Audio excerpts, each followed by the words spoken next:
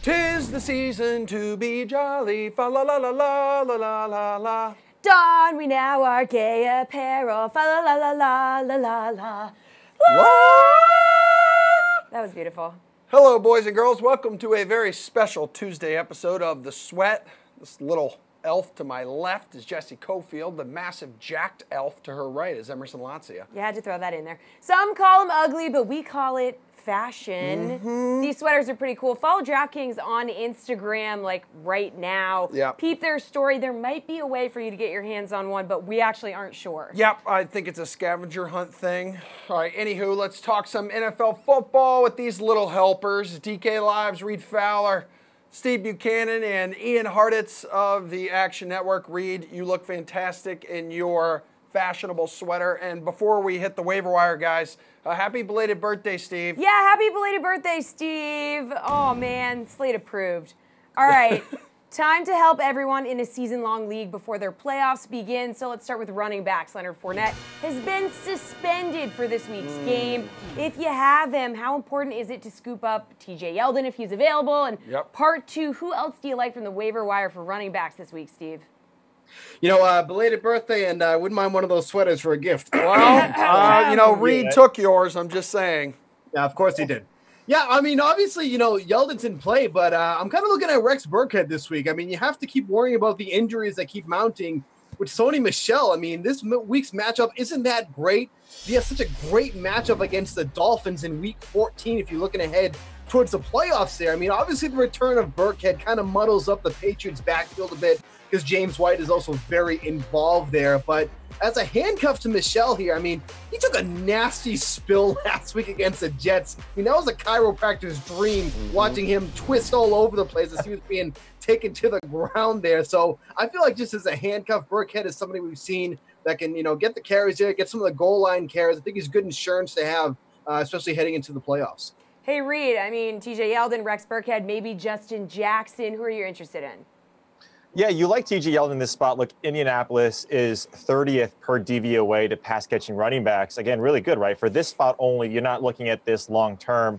I do like that Rex Burkhead call because we don't know who gets the lion's share of those carries in the New England backfield. But then again, right, all of them have been productive. We've seen that. So good call on Burkhead, especially as a handcuff. And you're going to hear handcuffs throughout this entire week. Get those high-priced Spencer Ware, right? The Malcolm Browns. These guys need to be picked up. The Gio Bernards. We've seen Gio, but Justin Jackson, 2% owned, most likely single-digit percent owned. Look, the matchup right now is not good for him just because Austin Eckler goes into that lead role. But if something were to happen to Eckler, and now we have Justin Jackson against Cincinnati and Kansas City, this guy could, you know, essentially do work and do damage against these really bad defenses. We see it with Gus Edwards. We see these running backs pop up around this time that we virtually haven't heard of or haven't played because of these injuries. Justin Jackson, 1,100 yards per season at Northwestern over 4 years. This guy is an extreme back. He's extremely talented. And I'm sure Ian's going to mention this too. When you look at his agility, this guy in the Spark story, his agility is in the 95th percentile, which is fantastic. He just hasn't seen playing time because Melvin Gordon has been one of the best running backs all year. And Austin Eckler is serviceable. If you have space to have him on your roster, I like him a ton, especially if you're in dynasty leagues. Ian, were you going to hit on the agility there? He's an athlete. I'm just a little worried about the touches. We saw last week. It was a nice like 60-40-ish split, but back in week 7, the London game when Gordon was out, we saw Eckler play about 95% of the snaps, but we'll see what that looks like. The guy I'm targeting this week is Theo Riddick. Assuming Kerryon Johnson remains out with this knee injury, I know LeGarrette Blount went kind of nuts on Thanksgiving, but Riddick's still the guy we want here, especially in PPR leagues. He's been averaging 6.3 receptions really over his last 4 games, so getting plenty of work. And now Marvin Jones is out too. I mean, Detroit's just running out of good players to give the ball to. I'm expecting Kenny Galladay to get plenty of attention on the outside. And I don't know. I don't think it's too much of a stretch to say the Rams could build a decent lead in this game. So I think we can see plenty of Theo Riddick comeback mode type targets. Steve, real quick, how do you feel about Carlos Hyde? He's been getting more into the mix down in Jacksonville. I mean, are you asking for yourself? Because he is. He's not. No, it's blowing up on social media. Absolutely blowing up. Steve, he's asking for a friend. No, I mean, look, we've seen Yeldon be the guy when there's been issues with Fournette or whatnot. I mean, Yeldon's going to get the carries. He's going to get the targets. Hyde will definitely mix in. This is probably the type of situations they were hoping for, but I feel like Yeldon's going to be the guy there. All right. Well, everyone thanks you on social media for answering that question, Steve. A couple no-name wide receivers with big games last week, like Robert Foster, who of the Bills, Leonte Carew of the Dolphins, and they're available in 100% of ESPN leagues. So you're telling me there's a chance. There's a chance. How much do you like these two, Reed Muffin? And if you do not, who do you like? Be honest with us, please. A guy that you've been high on quite a bit this year, I think since week one, Adam Humphries, 31 or 35% owned. Look, this guy has been a factor with Jameis Winston. He's seen 66% of the snaps over the last 4 games. And the last time these teams met, he went for 8, 82, and 2 touchdowns. He is clearly an option for Jameis Winston. Now, again, you worry about Jameis, long term because, again, he might get benched for Fitzpatrick. I really don't think that's the case. And so when you look at Humphries, especially available in a ton of leagues, he most likely draws Captain Munnerlyn in that slot. And we saw Tyler Lockett and these guys in Seattle run rampant against this defense. And so give me Adam Humphries, a guy that you've been high on all season long. Ian, who you looking at? Wide receivers, waiver wire. We need your help. I don't hate the Humphries call. I'm not on these Foster and Carew guys though. I mean, give me someone in a good passing offense at least. I'm looking at Curtis Samuel with the Carolina Panthers. I mean, this guy was supposed to be. He's similar to Christian McCaffrey in that he was a running back, wide receiver, kind of hybrid in college. But we're talking legit 4.32 speed, 2nd-round pick out of Ohio State last year, and he's done nothing but ball out when he gets the ball. He's got 6 touchdowns, only 24 offensive touches this year. Last Sunday, he played 54, 59 snaps with Devin Funchess sidelined. So even with Torrey Smith back, the Panthers were really looking to feature DJ Moore and Curtis Samuel. So don't love him as much if Funchess ultimately gets back in there. But, I mean, against this Tampa Bay defense, I just want as many Panthers as I can get. Steven, Robert Foster, Leonte Carew, Bruce Ellington, Adam Humphries. These are all guys likely available in leagues out there. Yeah, all household names. Yeah, but I love Bruce Ellington in this spot. I've been high on Ellington for a couple of weeks now. And look, now Marvin Jones is officially gone. He's on IR. See you later. It was a nice season for you. Ellington is the receiver now to consider in this Lions offense. I mean, he has a fantastic matchup this week against one of the worst secondaries in the league against the Rams. He's seen 16 targets over the past 2 weeks, catching 12 of those for 80 yards, and his snap count just continues to go on the rise. He played in 82% of the Lions' offensive snaps against the Bears last week. And look, he's the wide receiver 2 in this offense. It is not TJ Jones. Over the past 2 weeks, Jones has been used less and less, and Ellington has been taking over that role for the Lions. So while, you don't get all fuzzy knowing that Matt Stafford is throwing to you, this is a guy who's getting legitimate looks every week now with Marvin Jones out and with him officially gone now for the year. Ellington should just be the one to benefit here in this spot. Guys, Jonnu Smith found the end zone last night, and now he has touchdowns in 3 of the Titans' last 4 games. Is he the must-add guy at tight end this week, Ian, or would you consider somebody else? There's really slim pickings at this position. I like Jonnu. I mean, anytime you can get one of these tight ends that actually is capable of busting these big plays like we've seen, I mean, you got to respect their upside. But the guy I'm looking at, especially on DraftKings, where he's stone cold minimum, is Matt LaCosse, the Broncos' newest starting tight end. Jeff Hireman, we saw him really lead the Broncos in red zone opportunities this season. He's done for the season on IR, and we're looking at LaCosse sliding in there now as the guy. I like Cortland Sutton's talent, but I think we've seen once Demaryius Thomas left, he's just not ready to kind of be that intermediate red zone threat for them yet. So I do think they still need a tight end's presence in this offense. And also, LaCosse does have at least 1 reception in 8 straight games. So not, the craziest highest floor, but he's at least been involved pretty consistently. He's not just kind of coming off the bench. So I think a new role, we saw him get 3 catches and already a touchdown last week. Could be big things against the league's single worst scoring defense, the Cincinnati Bengals. Reed, tight ends haven't exactly been delivering this season from a fantasy perspective, but who interests you? Yeah, hopefully you picked up Cameron Brate. Like, he's still 50% available in most leagues. When that O.J. Howard news came down, this guy is clearly Jameis's option along with Humphries in the red zone. And a team that has historically this season been passing quite a bit. Like the last 3 games, their passing percentage over the season has gone down a little bit at 58%. Maybe they want to minimize the amount of times that Jameis has the opportunity to throw an interception. But what you like about Cam Brate is, again, this guy might get you 3 or 4 catches, but he's going to see red zone targets. And what you want from your tight end, if you don't have Ertz, you don't have these guys that are getting volume, is that touchdown upside. So for me, Cameron Brate, still available 50% of leagues. Go grab him. Steve, who are you looking at tight end? You know why I'm looking forward to Christmas? Because it'll be around that time. We won't have to talk about streaming tight ends anymore. I mean, this is just such a brutal place. I mean, look, Smith is probably the guy. I mean, he's got a really favorable schedule the rest of the way. They're going to be playing the Jets, Jaguars, Giants, Redskins, and Colts. All defenses that really don't scare you, sorry, Emerson, and ones that really haven't been that great against opposing tight ends either. While the buzz on Smith has been great, it's because he's scoring so much. I mean, if you go back to week 8, since that time, he's only averaging 3.7 targets a game. So if he's not getting those touchdowns and if he's not scoring, he's really not providing that much to the Titans offense. But we're talking about tight end position. Beggars can't be choosers here. So I think Smith is the option. All righty, that'll do for now. You three start preparing for NFL price check, please. And again, happy belated birthday to you, Steven. We're chasing and fading NBA point spreads next. Tara Lenizak in with your DraftKings Fantasy Flash. Previewing tonight's NBA Showdown contest between the Toronto Raptors and the Memphis Grizzlies.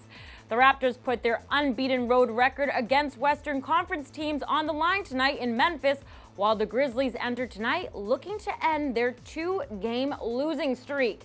As for who you might want to roster tonight, let's talk about the point guards. 4-time All-Star and former Grizzly Kyle Lowry has scored double figures in 15 straight games against the team that drafted him. Lowry will cost you $14,700 as a captain or $9,800 as a flex in tonight's contest. On the other side, Grizzlies Mike Conley has been held to a total of 21 points in his last 2 games against Toronto and scored 12 or fewer in 5 of the last 9 meetings. Conley comes in at $14,400 as a captain or $9,600 as a flex. The Raptors sit at the top of the Eastern Conference and will be looking for their 6th straight win, while Memphis will be looking for a statement win to prove they can hang with the NBA's elite. Time to ball out with our NBA panel. Here to play a special game spreads edition of Chase or Fade with us is Matt LaMarca of the Action Network and Nick Whalen of Roto Wire. All right, Matt, we will start with you, please. LeBron's Lakers 3.5-point underdogs tonight when they face the Nuggets in Denver. Chase or fade, the Lake Show covers the spread.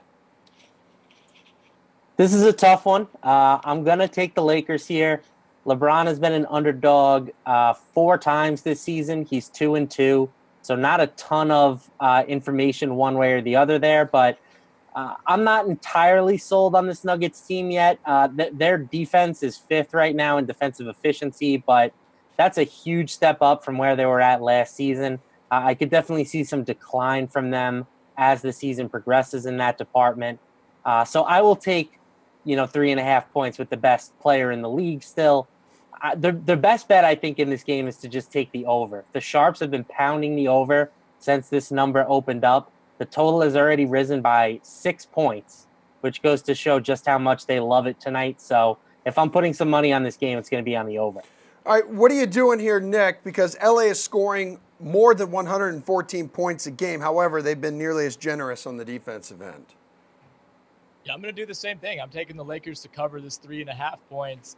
Had a tough finish against Orlando on Sunday, so I think maybe this line is a little bit reactionary toward that. But if you watch the end of that game, that's probably one the Lakers win relatively easily if Josh Hart is on the floor and not KCP. Denver's a good team, but, as Matt alluded to, I mean, they're one of those teams that one week looks like they might be the 2nd best team in the West. Then they go on a 3-game losing streak, which pretty much sums up, 9 or 10 teams in the Western Conference. They've won 3 straight coming into this, but nonetheless, I like the Lakers here. They've already beaten Denver by 7 points earlier this season. And that was prior to them bringing in Tyson Chandler, who's really helped shore up that interior defense. Lakers have now climbed to 9th in defensive rating. They were in the bottom 5 to begin the year. And they haven't lost back-to-back games in the month of November. I like them to get the win and cover that spread in the process. All right, Nick, the Hawks are the worst team in the league, which makes them 7.5-point underdogs to the Heat, who aren't much better lately. So chase or fade that the Hawks cover tonight. I try to stay away from the Hawks just as a matter of principle. I know Miami hasn't been great, but 7.5 seems like kind of a small number to me. They lost 10 straight, the Hawks, that is, before beating Charlotte the other night. Only 2 of those 10 losses came by fewer than 7 points, a lot of big blowouts during that stretch. And again, I know Miami isn't a great team. They'll be without Goran Dragic tonight. That's a big hit. but they're still deeper than Atlanta. And I think this is a game they can kind of use to get back on track. They've really struggled on offense this season, scoring the ball. They've been an above-average defensive team, though. And obviously the Hawks really struggle on both ends. They're now the second worst offense in the league. Trae Young kind of hitting that Ricky wall maybe a little bit earlier than we thought. And I think Miami has plenty of good defensive guards, even without Goran Dragic, who can keep containing Trae Young, make life hard on him. I'll go Heat to cover that 7.5. LaMarca, Chaser, fade it. Do you think the Hawks cover that spread? I'm going to take the Hawks here. I think there's a lot of times value in targeting these really bad teams because, for the most part, people don't want anything to do with them. So the line gets a little bit inflated in their direction. The one concern that I have is that if Eric Spoelstra decides that he's going to play Hassan Whiteside big minutes in this game, I just don't think they have any chance against him on the interior. They're the worst rebounding team in the league. And obviously Whiteside can be a big presence in that department, but it seems like Spoelstra is going through one of his phases where Whiteside isn't seeing a ton of minutes right now. So assuming that Whiteside is not going to play, 30 minutes in this contest, I think Atlanta can do enough to keep it close. All right, speaking of bad teams here, the Suns are only 2.5-point underdogs when they host the Pacers tonight. The Suns with just 4 wins on the season. Matt, Chaser fade, the Phoenix can cover this spread. Yeah, I like Phoenix quite a bit here, actually. If you look at the spread betting numbers, which we track over at Action Network, only 41% of the bets are coming in on Phoenix right now, but they account for 71% of the money. That means that most of the big money bets, the sharp bets, are coming in on Phoenix as a slight home underdog. The Pacers are still going to be without Victor Oladipo, who's by far their best player. And without him, they're kind of just a mediocre team.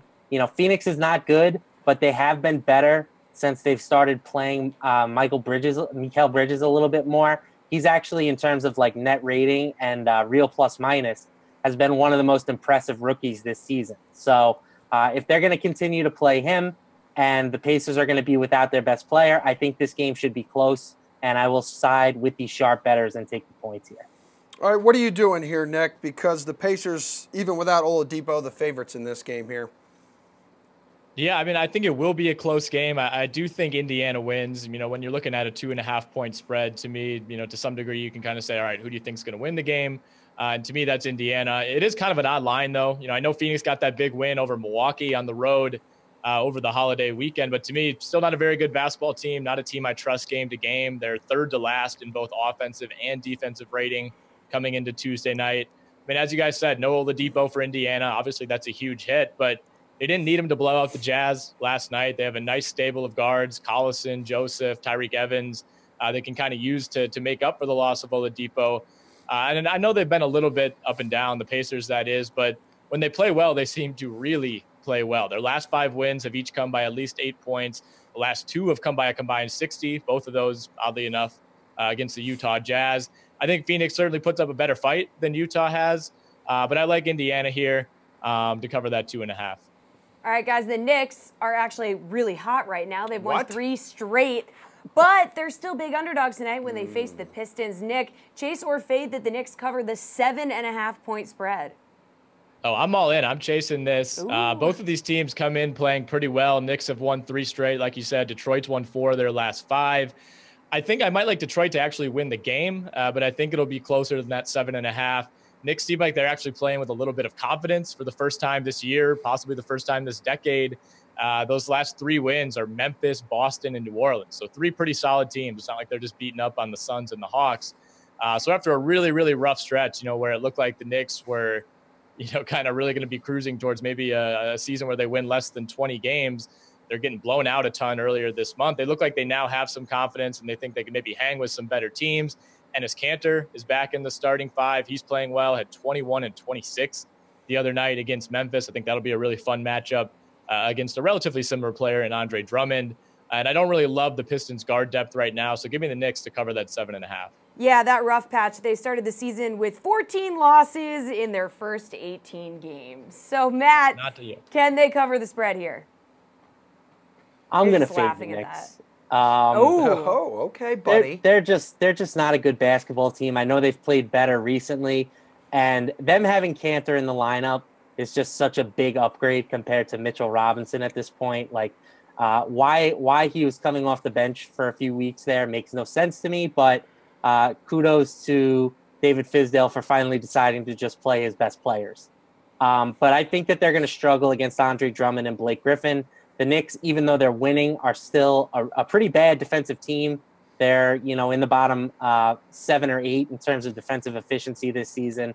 And I think that this spread is probably a couple of points lower than it would have been had the Knicks not won 3 straight games. So I'll take the Pistons here, but I don't feel particularly confident about it. Okay, well, you got to do what you got to do, Matt. We appreciate you answering the question. Good stuff. I try. I want to give the people my full disclosure. Yeah. Cool. That's Thank great. you very much. Your honesty is always appreciated as well. We got plenty more to come here, people, as the show rolls on. We're talking Saints and Cowboys. They play Thursday night, big showdown. We got a special guest joining the program when the sweat returns. I'm not lying. Santa? Tyler Sullivan here with your DraftKings Fantasy Flash. Leonard Fournette has been slapped with a 1-game suspension by the NFL thanks to the part that he played in the scuffle between the Jags and Bills in Week 12. The league said in a statement that the reasoning for Fournette's suspension was that he was not originally involved in the altercation, came across the other side of the field, entered the area, and then struck a member of the opposing team. Fournette will appeal this suspension, but will likely know before the Jags take on the Colts in Jacksonville this weekend. If the suspension holds, Carlos Hyde should see the bulk of the work in the backfield. Since being acquired by Jacksonville in a deal with the Browns, Hyde has been quiet, but did see more touches than TJ Yeldon on Sunday when Fournette was ejected. At 3,300 on the main slate, Hyde posed some serious value heading into Week 13. What up, what up? Welcome back to the Sweats. New face to the program alert. Nick Eatman of DallasCowboys.com into Hizzy, Cowboys beat reporter, if you could not tell. What's good, man? Oh, not much at all. Sorry, not Santa, but it's all right. It's all right. You are the I'll next best thing, till buddy. December for that. Yeah, Yes. okay. definitely not Saint Nick. I can promise you. Yeah. All right, let's talk football. Huge win on Thanksgiving. Was that performance just the tip of the iceberg here when we're talking about that chemistry that's building between Dak and Amari? Well, the Cowboys certainly hope so, and they're going to hope so all the way into the spring when they don't have a first-round pick. They're going to be talking a lot about Amari Cooper. All we've heard is this team trying to be Dak-friendly for Dak Prescott, and really when you don't give him a number 1 receiver, that's not that friendly, or a tight end that's putting up consistency. So I think what Cooper does is he finally was able to show them from a stat standpoint of the difference he's making. We've seen it for 3 games, but really when he got out there and he took it to the house twice, now you're starting to see what the difference is between pretty good receivers and really good receivers. So they can only hope it gets better. All right, Nick, so the Giants are out, but the 3-team race for the NFC East title, it's wide open. So how different really right now is the vibe around this team after a big division win, puts the Cowboys at 3-1 inside the division, and then finally finding a rhythm here? Yeah, I mean, obviously, when you get to this point in the season, every game, matters even more. And the Cowboys know what they've got with the Saints coming up here. And not that anyone in this building is conceding a victory, but the thing about it is you got yourself some cushion with the 3-game winning streak. Everyone knows, not to look ahead, but everyone knows that Philadelphia game that comes after the Saints in 10 days rest, that's going to be huge. Washington and Philly have to play each other twice. You'd like to think for their Cowboys standpoint, they'll beat each other up, and the Cowboys have to take care of business. So the only team left in the division that has to play the Saints. But, if they can beat the Saints, that obviously changes everything. But they've done enough to kind of get a little bit of a cushion here. It's going to be a tough stretch in December for sure. These guys aren't overlooking the Saints, though, right? Just making sure. No, nobody's overlooking the Saints at all. I mean, I think DeMarcus Lawrence said today they're going to try to smash them right in the mouth. I don't know if that's what you want to do is wake up them, but no one's overlooking them at all. No one's even looking past it. It's just from a standpoint of they're 6-5, they're doing well, and they've won 3 games in the division. That Philadelphia game is going to be huge, especially if they don't pull off the major upset against the Saints. Yeah, you can't overlook a Saints team that's won 10 straight. No. So how do the Cowboys look to slow down Drew Brees? Is that even possible?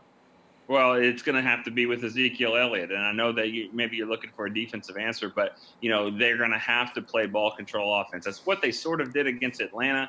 Obviously, the Falcons are not the Saints, but they're still high-powered enough to the point where you do need to keep them off the field and get first downs, grind them out. And when they get into the red zone, they've had a problem. For some reason, on 1st and goal from the 4, they like to throw it to other guys, and it's like, well, thanks Zeke for getting us down here, but we're going to try something else. And I'm sure fantasy owners can relate of how disappointing that has been at times. But they have to cash in when they get down there, keep them off the field, and get these long drives, and then cash in the touchdowns. Yeah, Zeke could have his work cut out for him here on Thursday night because Saints are topping the league and stopping the run right now. So just how confident is this team, the Cowboys, with airing it out in a game that they might not be able to lean on Zeke as much as they have here this season? I'm going to go with a hollow stat there for the Saints. Okay. I mean, they're also 29th in pass defense. I mean, no one has to run the ball on them because they're already down by 20 points. I mean, so I think that's going to still be the key. Not to say that they can't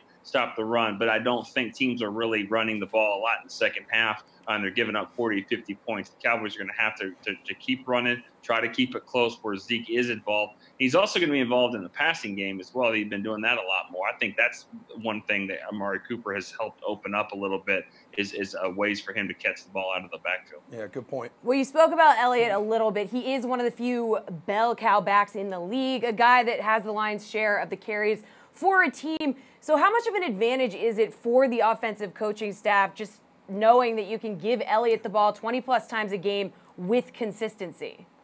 Yeah, I mean, it's definitely an advantage. I mean, there's a lot of people that wish he would get the ball even more. But you know, they don't have a great backup really that comes in to spell him. And when he does, Rod Smith, it's a completely different offense. So, yeah, it's a good advantage to have a guy like that you can count on. They're still figuring out other ways to use him out of the backfield. But you know, I think sometimes they get even a little too more complicated and say, they think we're gonna run Zeke, so we won't. Sometimes I think they're gonna have to use him even more than they already do. All right, well, Amari Cooper is in town now. We've talked about that. We know what a stud he is. What I want to know from you, Nick, is what does Cole Beasley mean to this offense? Well, he would be another guy that would factor in. You know, when he was having his best season, 75 catches, they had Dez on the outside. Terrence Williams was making plays. Jason Witten was catching the ball, and of course Zeke was running for 1,800 yards or so. So yes, you know, there's room for him to make some plays. But I think one of the things that teams have done over the last couple of years is said, all right, Dak, you're not going to get easy throws. We're taking away Beasley. We're going to let you throw on the outside. And it never really hurt him until you saw what Amari Cooper did. So to answer your question, long-winded, I do think that there's room for Beasley to make some catches. But you know, they've got to get more creative with how they use him, either some out of the backfield, some over the middle. I mean, he's limited in the routes that he runs, but I think the more Cooper can go 90 yards to the house, I do think it'll open up that middle. This team also misses a tight end. They have not replaced Jason Witten very well at all, and I think that's really hurt some of the other passing game. Okay. Now, on the defense, it's been unfortunate to see Sean Lee battle injuries again, but Leighton Vander Esch has stepped right in and filled that gap. How much was a surprise was it for the rookie to just jump right in and produce at the level that he has so far? Surprised. I didn't like the pick, to be honest with you. Didn't think he'd produced a whole lot in one season at Boise State. Wrong. Definitely wrong. He's been great. They call him the Wolf Hunter. He goes and plays that way. That's what he does. He's a more athletic Sean Lee right now. Like you said, it's unfortunate what's happening with Sean. They've never been able to win without him on the field for the last 3 years. I think 1-9. This year they are winning some games. Him and Jalen Smith playing great together, but his instincts of how to get around blocks and kind of, you know, slither through some blockers has really been great. I mean, if this is the floor for Leighton Vander Esch, I can't imagine how things are when he starts to really understand the game even more. All right, Cowboys beat reporter Nick Eatman of DallasCowboys.com. Thanks for hopping on with us, brother. Would love to have you on a little later down the road. Thank you. Of course. So we're going to splurge and save on the ice after Pat Mayo helps us out with how to navigate the fantasy playoffs with your defense. Now, to end the year, Denver goes Cincinnati, San Francisco, Cleveland, Oakland. That's pretty good. Have the Broncos. We talked about the Broncos last week. Yeah. Like, this is the time to go and get them if you're making the playoffs. Stash them. There's your playoff. And I picked them up last week, too, and I have them in every league possible. Didn't start them yesterday. Could have got by. But, yeah. the matchups are fantastic. Number 2, Detroit at Arizona, at Buffalo, at home against Minnesota. Don't love at Minnesota, but Arizona and Buffalo are... Yeah, you can deal with it by then at Minnesota. That's likely in the finals for you. So, you can figure something else out. Yeah. Buffalo versus the Jets, at home against the Jets, at home against the Lions, at New England, week 16. You figure it out then as well. In the column, I have some of them are struck through. Yeah. That's not a good matchup. The other two are really good. The other two are really good. Yeah, the Bills have been a really, really solid defense. Again, 2 straight years in a row. Can you imagine this team with a little bit of offense? They're almost up to number 1 in DVOA defense. Yeah, I think they were 2. They were 2 coming into the week. Yeah, strong, really, really strong against the pass. Give quarterbacks fits for 2 years in a row now. Rush. Great pass rush. It's like they've got rid of all their guys, too, I know. which is the weirdest part. It's so weird because, heading into this season, I looked at their roster and I'm like... Yeah, Tre'Davious White can't cover everybody. Yeah, so it's trending in the right direction, but you wonder if when they finally get an offense, if the defense is, is any good. McDermott has done a really good job with that team, considering they have nothing offensively, man. Tennessee at home against Jacksonville, at the Giants, at home against Washington. Not great matchups, but good matchups. I like them, and you know what? I'd have no problem rolling them out against Washington and Colt McCoy. And they get the Jets this week, too, so they basically have 4 usable matchups the rest of the season. Yeah, that's a good spot, too. I like them. They're pretty close to Denver. The Chargers. The Chargers get Cincinnati in week 14. You probably don't want to play them at Kansas City in week 15, but they're against Baltimore and potentially Lamar Jackson.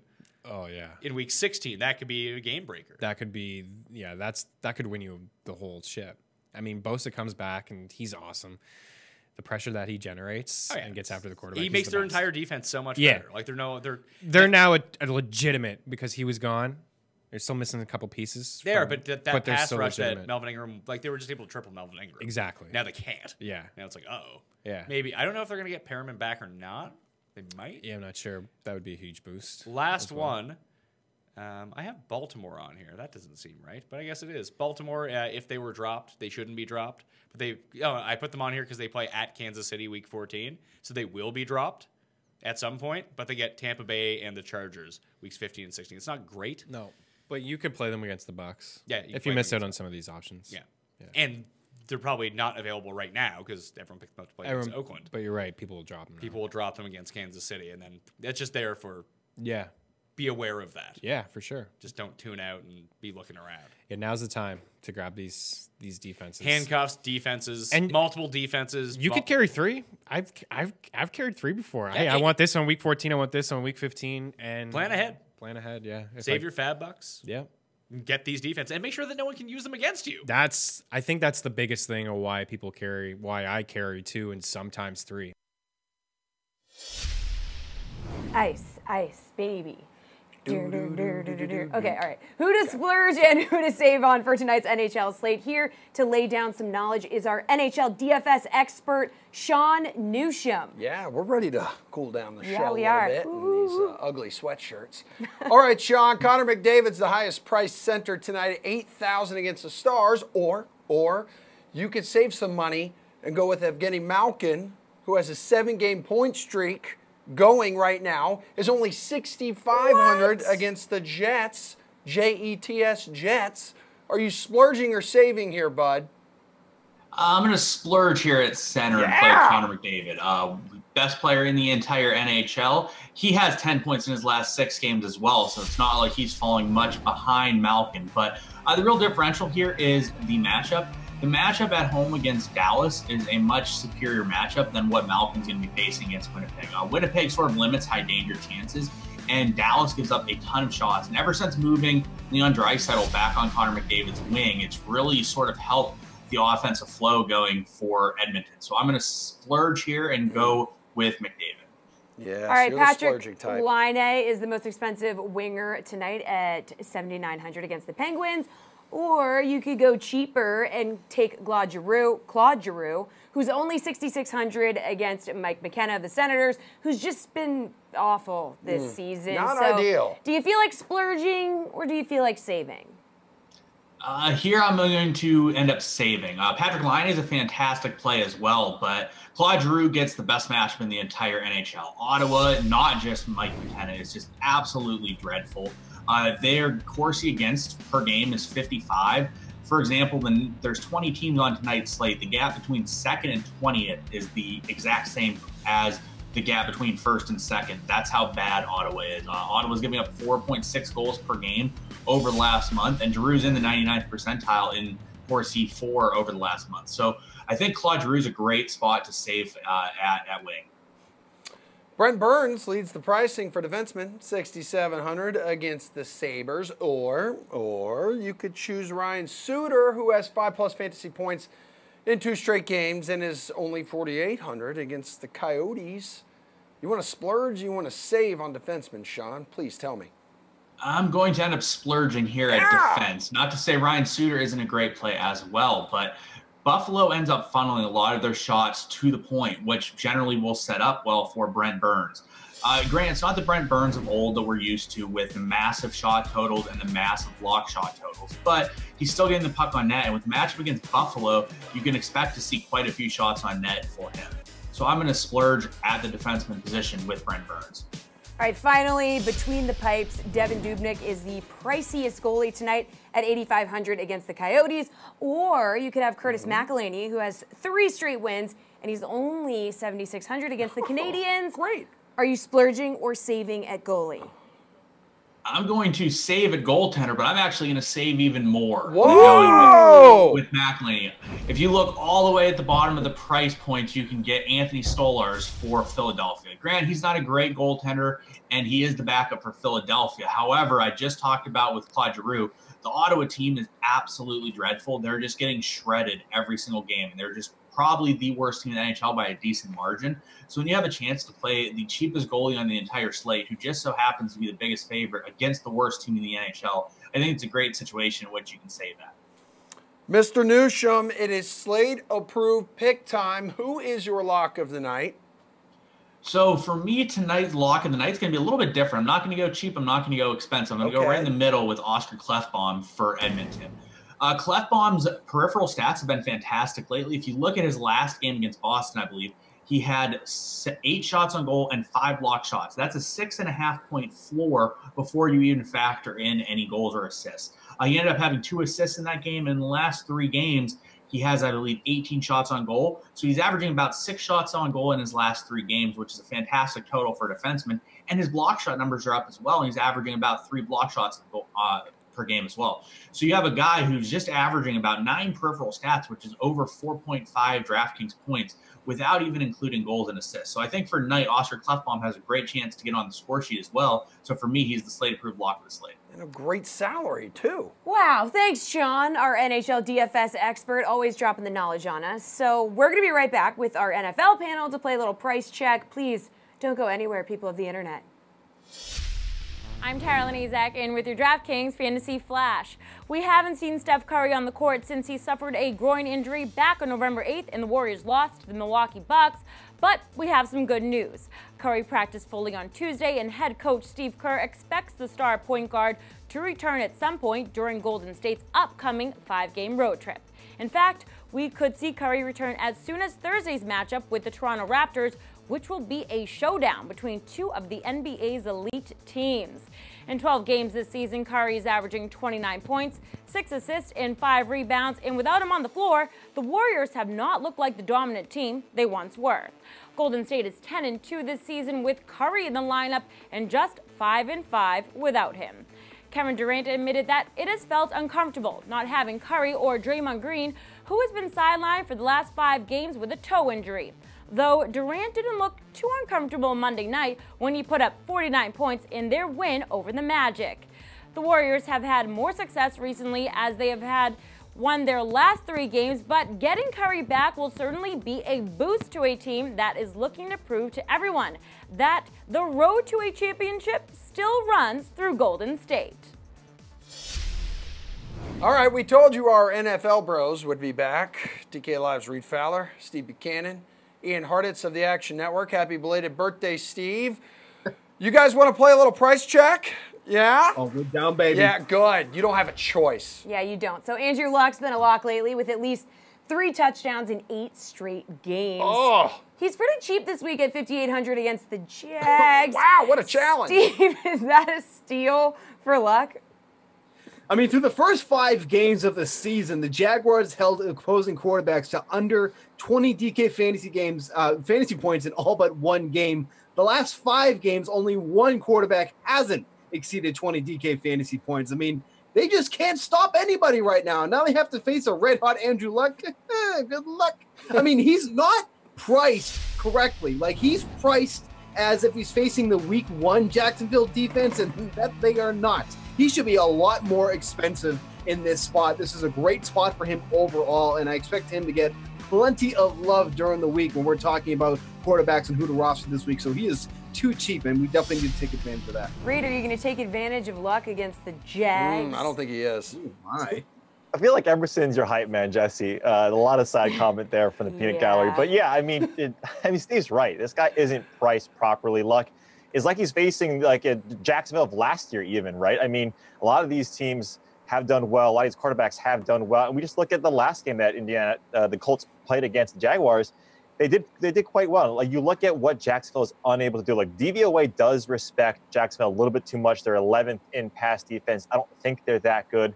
Yes, they can get to the quarterback in some spots, but look, that offensive line with the Colts has been top. I think it's one of the storylines that we need to talk about at the end of the season, of us not necessarily giving them that much respect early on in the preseason. They've done really well. If you look at the price on that ownership, I think it's going to go heavily owned. Cash games, absolutely. GPPs, I might go somewhere else. We'll talk about them a little bit later. Ian, how do you feel for Andrew Luck at 5,800? I like it. I mean, I agree with what Steve said. I mean, it's kind of priced towards the earlier season Jaguars defense. I mean, I feel like they kind of gave their last, fighter's punch or whatever against the Steelers. Obviously had that crazy late game comeback to kind of blow that one and I think kind of end their season. Only interesting part of this for me is I still don't love T.Y. Hilton's matchup against Jalen Ramsey. I mean, Ramsey's still been playing high-level football, even if the rest of his teammates haven't been. And then Eric Ebron's going to be so chalky. It's not a great spot to target in GPPs. With that said, I mean, maybe without Blake Bortles under center, we see a faster pace. We've known the Jags to be more pass-heavy without Fournette. So I could see this game getting pretty fast-paced and potentially becoming a little bit of a shootout. But I do think Luck is underpriced. Yeah, watch out for Cody Kessler there on the other side, guys. Well, Baker Mayfield has been a stud since Hugh Jackson left town. Imagine that. But he's been facing pretty terrible defenses in those 3 games. 5,600 this week against the much tougher Texans. I believe they won like 8 in a row. A lot. Should he be faded this week at that price, though, Reed? Not like 8. They've won 8 in a row. You can't kind of win 8. They won 8 and they finally did it. You can kind of win 8, Reed. Fluky wins. Fluky wins, right. No, look, this Houston defense, yes, they're really good. But look what Mariota did. He only had 1 incompletion, right? Their offense really was the key to this. And we didn't really think about, I specifically didn't really think about this, their offense being the reason why they won this game. Their defense gave up, again, this up and down offense in Tennessee. They gave up quite a bit. Mariota threw for over 300 yards, 2 touchdowns, and he ran the ball 6 times for around 30 yards. And so a quarterback like Baker, yes, he can do it. But at the same time, there's value on this slate that I'd rather go more towards. Kirk Cousins is a guy that I want to look towards in New England. He's going to be passing quite a bit. He's a little bit cheaper. Like Case Keenum has a cake matchup as well against Cincinnati. So these are the guys that if I'm going to pay down for and I want value, I'd rather go sort of bottom of a barrel or go straight up to Cam Newton and the top guys as opposed to this middling value. So I would fade Baker, but decent matchup. What do you do here, Ian? Baker Mayfield's $5,600 facing a much tougher Texans team that kind of won 8 in a row. I feel better about getting some Baker if we had any kind of idea who his #1 target is on this week-to-week basis. I mean, Landry should be that guy, but he just really hasn't been taken over. Njoku pops up a little bit. Duke does. Just kind of a jumbled mess there. In the last 2 games, it's kind of been a low target, passing attack, even if they have been playing well. I think the X factor here is going to be, can this Browns offensive line even give Baker a shred of time? Because we saw Baker's worst games with Hugh really come when they couldn't protect him. And yeah, they protected them recently against the Chiefs, Falcons, and Bengals. I think J.J. Watt, Clowney, and Whitney Merciless are going to be a much bigger test than anything they've seen recently. And even if the Browns committee put some points on the board, Texans slow-paced offense, this game just seems like it's destined to kind of go under and not really be a type of fantasy-friendly environment we want to look for. Steve, $5,600 for Baker Mayfield. Will his offensive line be able to protect him against this Texans team that might have won 8 in a row? Yeah, I did hear a rumor about that. I'll have to confirm after the show. I mean, the problem with this slate, and we haven't had this problem in a while, is that it's loaded with good quarterbacks. We've had a number of weeks now where it's been, we don't have Mahomes, we don't have Goff, we don't have Newton. Those are all guys that are on the main slate this week. So when you're looking at who to roster, Mayfield doesn't really jump out at you. I mean, I don't think there's anything really wrong with the play. I have no problem attacking and using that if you want to go cheap at quarterback. Reed obviously read my article that was published earlier today because the guy I wrote up this week was Kirk Cousins. I love Kirk Cousins and Adam Thielen this week because there's so many big games on this slate that no one's going to be really looking at Cousins, and they're not going to be paying out for Thielen. So I feel like that could be a stack that could totally go off here. But in a GPP, I don't mind Baker at all. But like Ian said, it's hard to nail down who his top receiver is because it's been somebody different every single week. So I don't mind the play at all, but it's just not necessary with all the big names on this slate. Yeah, on the other side of the ball, Deshaun Watson's been on fire too. Ian, do you like him on short rest against the Browns for 6,100? He's been on fire. I mean, I've heard they've won, is it 8 games? I think it's one, like that. It's one more than 7, like Ian. 8. It's like 8 in a row. It's ridiculous. I mean, he's like Russell Wilson out here. He's throwing 2 or 3 touchdowns a week on like 20 to 25 pass attempts. I mean, look, Watson got the crap beat out of him in week 5 against the Cowboys. His first 12 starts, he had over 25 pass attempts in 10 of those. He's now thrown 25 or fewer passes in 6 straight games since that week 5 matchup against the Cowboys. Hey, it's working. They've embraced the ground game. They've slowed down the pace. They're playing winning football. But we have not seen the same ceiling from both Watson and Hopkins during the stretch. I think the biggest X factor has been the absence of Will Fuller. Demaryius Thomas, he scored a couple touchdowns the other game, but still not a guy that, you're forcing a safety to kind of stay over top every single play of the game. So, hey, I mean, Texans are doing their thing, but we aren't seeing these kind of 30-plus point explosions that were an every week occurrence with Watson last year. And like I was saying on the other side of the ball, this game just seems like a kind of low-scoring affair to me. I'm not really trying to target too much of it. Reed, low-scoring affair, not really interested? Yeah, I mean, well, like Ian mentioned, and sort of dovetail off of that, Bill O'Brien doesn't elicit a lot of confidence. I mean, look, why was Watson in that game? We saw him get sacked, and nothing really happened, but that's the one mark on this team that really has been a black eye, is that they've given up so many sacks to Deshaun Watson. We've seen it, and we've talked about it, that he had to catch a bus, and he couldn't go on a plane because of like a lacerated lung or 18 broken ribs, whatever it was. They haven't protected this guy, and so I don't really like that you have Myles Garrett, you have that strong defensive line on the other side. And again, like Steve was mentioning, joke's on you, Steve. I can't read, so I didn't read your article. Look, what you're talking about too with this slate is there's so much value, right? Why would you want to potentially take a chance on Deshaun Watson at this price tag? Just go cheap with Steve's guy, Kirk Cousins. So that's my call. Steve, your article won't stop Reed because he can't read. No, I'm just kidding. Steve, what do you think? 6,100. He just I don't get thrown off very easily, but he just totally threw me off with that comment. I don't even know where to go.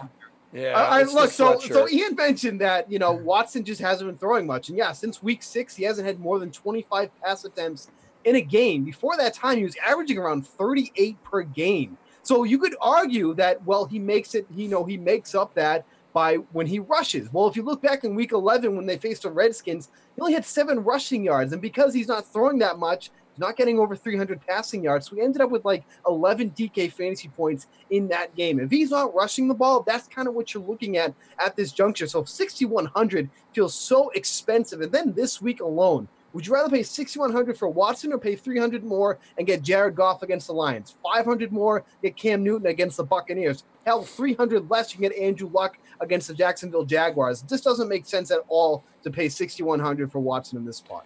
Well, Steve, since we have you here, Kirk Cousins shredded the Packers defense last week. He's going to cost you $5,500 this week against the Pats. I know you like him, so please explain to me why you expect him to be worth it this week. Yeah, I mean, I think this is just such a great spot for him because, look, right now the Patriots are favored by 6, so obviously Cousins is going to be playing from behind in this spot. He's just been doing so well as of late, and he's putting up the big numbers. And then, as I keep saying, there is so many quarterbacks, high-priced quarterbacks that people are going to be going towards this week. Patrick Mahomes is back on here. Newton against the Buccaneers is a great matchup. Cousins is going to get overlooked in this spot, and his rapport with Adam Thielen has just been immaculate. And the Patriots suffer so bad against receivers out of the slot. There's no doubt in my mind that Thielen should have yet another 100-plus receiving yard week this week. So I absolutely love the Cousins-Thielen mix up there. Reed, go ahead. I know you agree with everything he just said. Yeah, absolutely. Pace of play for both, right, are top 10. You have New England third, and you have Minnesota seventh per DVOA. So you really like this spot. And New England's giving up a decent amount of points, 22 DK fantasy points to opposing quarterbacks. So you love this price.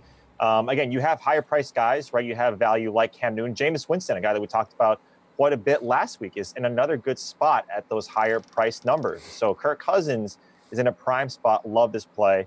Kirk Cousins. He can't even read. Yeah, I know, but he can listen to everything you say and then just repeat it. He's good at that. Ian, why or why not is this guy worth $5,500?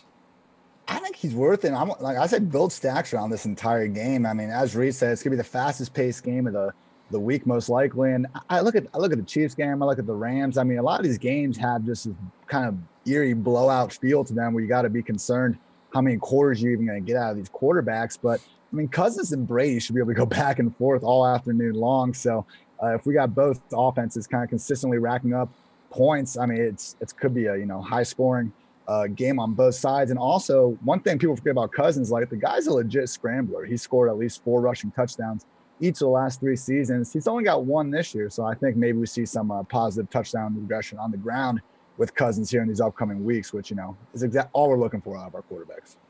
All right, team, you can take off for the night. We appreciate the time, as always. Thanks. Yeah. You're welcome. Happy belated birthday, Steve. Again, yeah. We actually are not quite done for the night. It's still got NBA talk to get to. I like that. But first, here's Pat May on which running backs you should be adding for Week 13. So the rankings, waiver wire pickup rankings, it's a tough one, because when you use like ESPN ownership to do this, you take whatever the percentages are. Like number 1 and 2, I have Austin Eckler and Gus Edwards. Those guys got to be picked up in any real. In NFL.com, they're probably like 12%. Oh, yeah. On CBS, they're 99%. On NFL.com, they're like 0.5%. Yeah.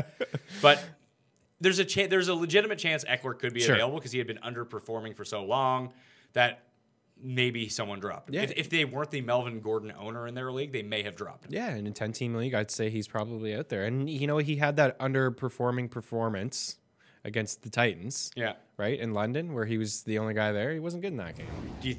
Would you put him over Gus Edwards?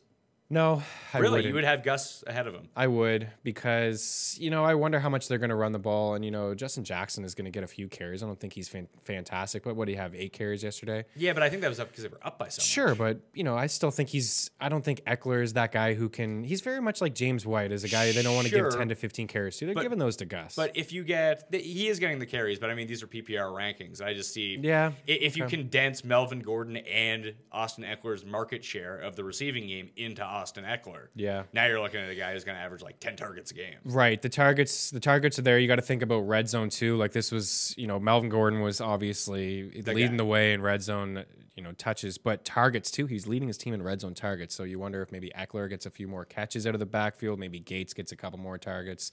Maybe even Williams, Mike Williams gets some. But in that game, even though he wasn't good against the Titans, he basically played every single snap. So that's a huge takeaway. Yeah, he played 84% of the snaps in that game. If you go down, like, I have all the handcuffs there. So like Eckler and Edwards are like, spend all your fab money, guys. Yeah, just get them. Yeah, just get them. Yeah. The other ones like Spencer Ware, Gio Bernard, Malcolm Brown, Chase Edmonds, Ito Smith, all the handcuffs you need to go pick up. Yeah, I think Brown is. I think Gordon's fine, but he was dealing with an ankle injury in that last game. Gurley, sorry, yeah. The only reason I have Gio above Malcolm Brown is solely because if Gurley gets hurt, I'm not sure if it's 100% Malcolm Brown. John Kelly might come in to split it up a little bit, where we've seen if Mixon's out, it's all Gio. Yeah, it's all Gio. And Gio, we already saw that this year and last year. Yeah. Gio is like a borderline RB1 when there's no Mixon. And Latavius Murray's on that list too. I just have him at number 9.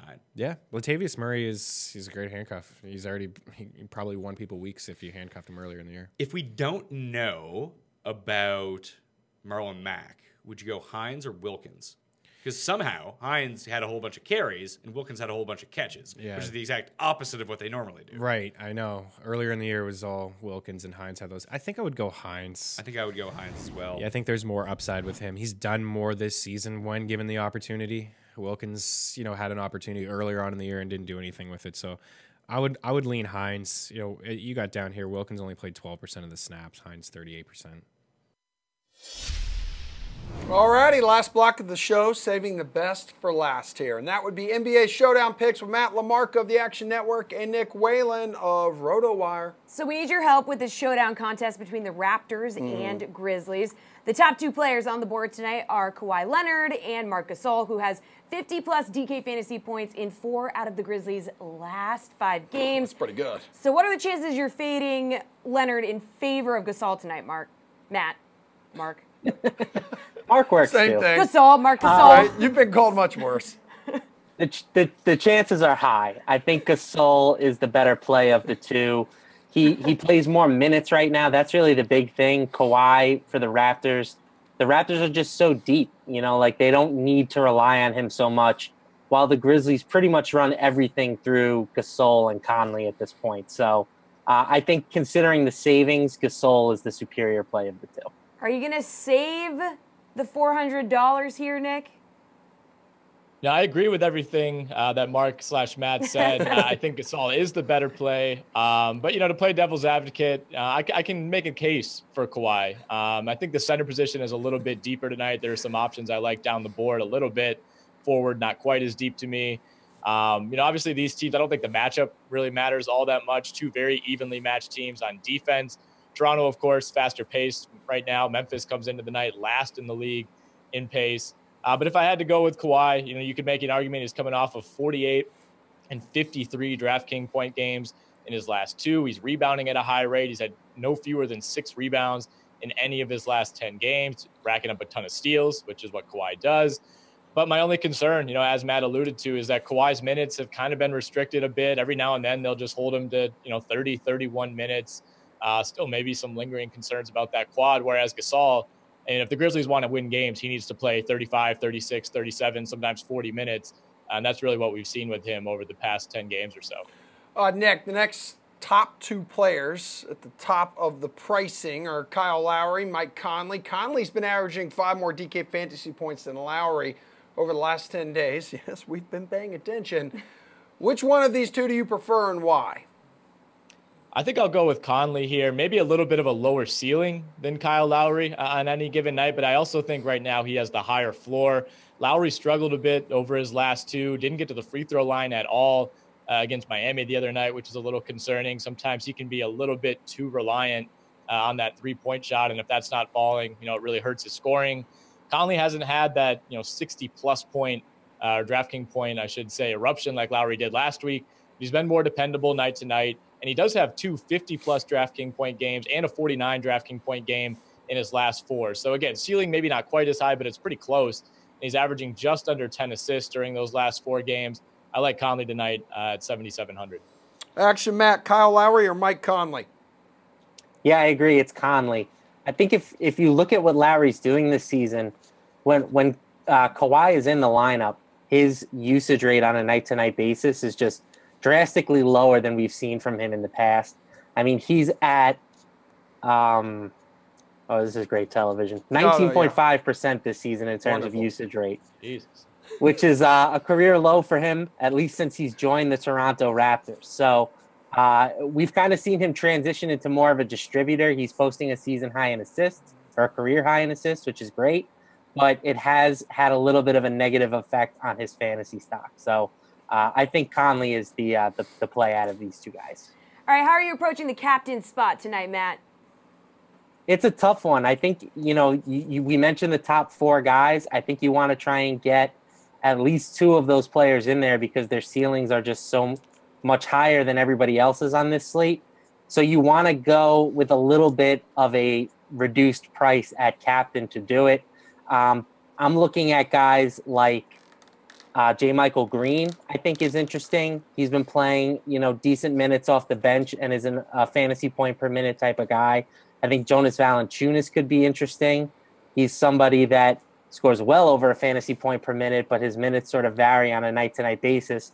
And if you want to go real cheap, you could even look at a guy like Garrett Temple, who routinely is playing pretty big minutes for the Grizzlies. So I'm paying down a captain to try and get as many of those studs in as possible. Nick, really quick, you have like 15 seconds. Oh, I'm sorry. No, slate approved. Jamal Murray is somebody I thought about. There's a little bit of a scare a couple weeks ago when he lost that start to Monte Morris, but he's been a little bit more of an all-around guy these last few games. And then John Collins, I think, probably a little bit underpriced still at 6,200. He played 30 minutes the other night. If he gets closer to 35, I like him a lot. Slate approved really quick. All the Miami Heat. Okay, Oh, you wait, both said you at the both same just time. talked We don't at know the what you same said. time. That was Okay, this has been The Sweat. Jessie, Emerson. See you tomorrow at 6.